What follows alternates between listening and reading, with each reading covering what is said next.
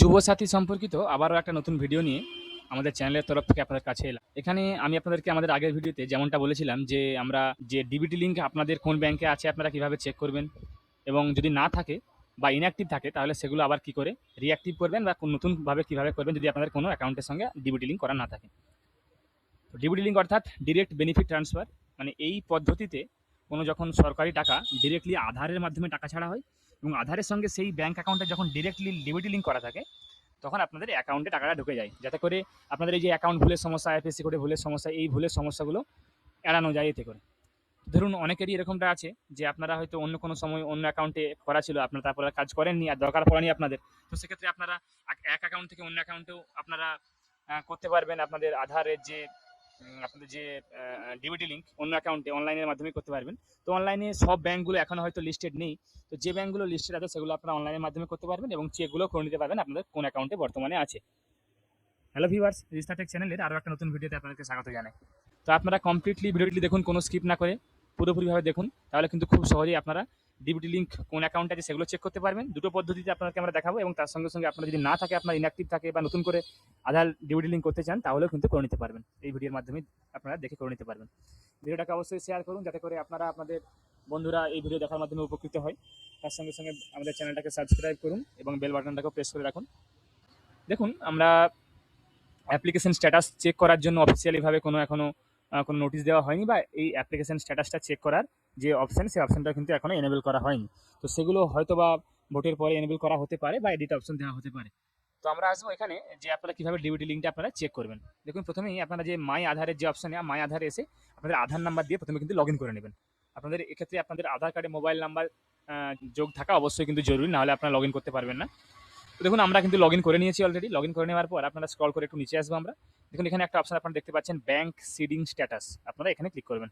Bank seeding স্ট্যাটাসে click করে দেখুন, আপনারা দেখতে যখনই আপনারা এখানে ক্লিক করবেন, ক্লিক করার সঙ্গে সঙ্গে দেখুন এখানে দেখানো আছে কি, congratulation your Aadhaar bank mapping has been done, এবং আপনাদের আধার নাম্বার এখানে দেওয়া আছে, শেষ 4টা সংখ্যা, এগুলো আমরা সিকিউরিটি রিজনের জন্য ব্লার করে দিয়েছি। দেখুন এখানে ব্যাংক নেমটা আপনাকে দেখাচ্ছি আমরা, ব্যাংক নেমটা এবং দেখুন এখানে অ্যাক্টিভ দেখানো আছে এবং ডেটটা এখানে দেখানো আছে, লাস্ট আপডেটেড ডেট, অর্থাৎ কত তারিখ থেকে আপনার এই ব্যাংকের সঙ্গে আপনাদের আধার ম্যাপিং করা আছে, আধার ব্যাংক ম্যাপিং সেটিং করা আছে, এটা আপনারা এখান থেকে দেখতে পেলেন।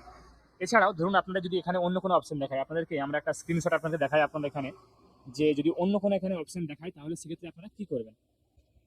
ধরুন আপনাদের অনেকের ক্ষেত্রে আপনাদের এখানটা ইনঅ্যাক্টিভ হতে পারে, তো সেক্ষেত্রে আপনাদেরকে আমরা অন্য একটা স্ক্রিনশট আপনাদেরকে এখানে শেয়ার করাবো, আপনাদের দেখাবো আপনাদেরকে এখানে, যেখানে আপনারা দেখতে পাবেন যে দেখুন আমরা এটা একটা স্ক্রিনশট, যেখানে আপনারা দেখতে পাচ্ছেন যে একটা আধার নাম্বারে পাঞ্জাব ন্যাশনাল ব্যাংকে আধার সিডিং তো হয়তো করা ছিল, কিন্তু Aadhaar bank mapping has been done but bank account seeded with Aadhaar is inactive, অর্থাৎ এই অ্যাকাউন্টটা ইনঅ্যাক্টিভ আছে।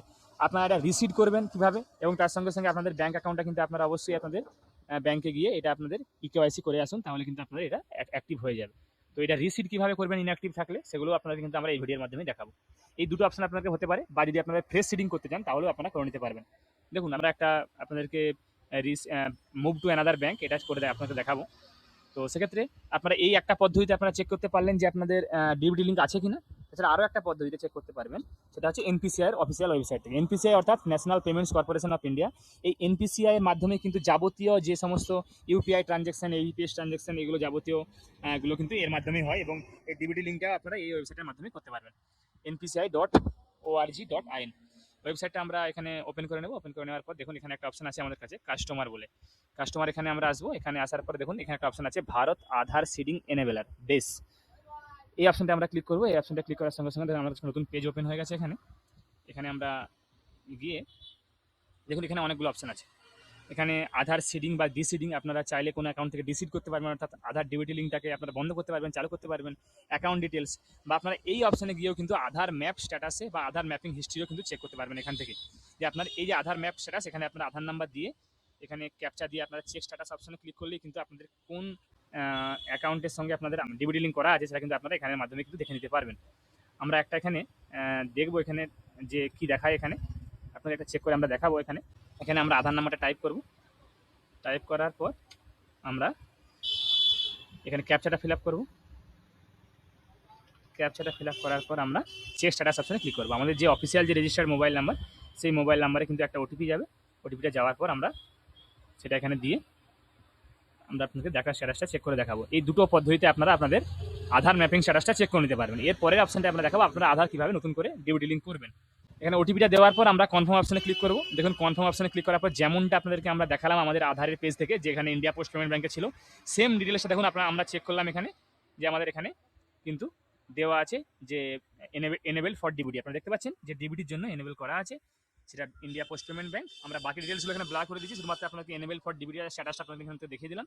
আপনারা এখান থেকেও চেক করে নিতে পারবেন দুটো পদ্ধতিতে। তো এরপরে আমরা আসবো যে আপনারা যদি আপনাদের ইনঅ্যাক্টিভ থাকে বা নতুন করে আধার ডিবিটি লিঙ্ক করতে চান তাহলে কিভাবে করবেন। সেক্ষেত্রে আমরা কি করব, এই আধার সিডিং আমরা অপশনটা এখানে যাব। যাওয়ার পরে আমরা এখানে যেহেতু আমরা একটা কাজ করছিলাম তাই এটা এখানে দেখাচ্ছে do you want to change the service, আমরা এখানে কনফার্ম করব। আপনারা যখন প্রথম থেকে এখানে হোম পেজ থেকে এখানে আসবেন তখন ডিরেক্টলি কিন্তু এখানে দেখে দেবে, আর কিছু দেখাবে না এখানে। এরপরে আমরা কি করব, এখানে আধার সিডিং করব। কিভাবে করব, আমাদের প্রথমে এখানে আধার নাম্বারটা আমরা এখানে দেবো।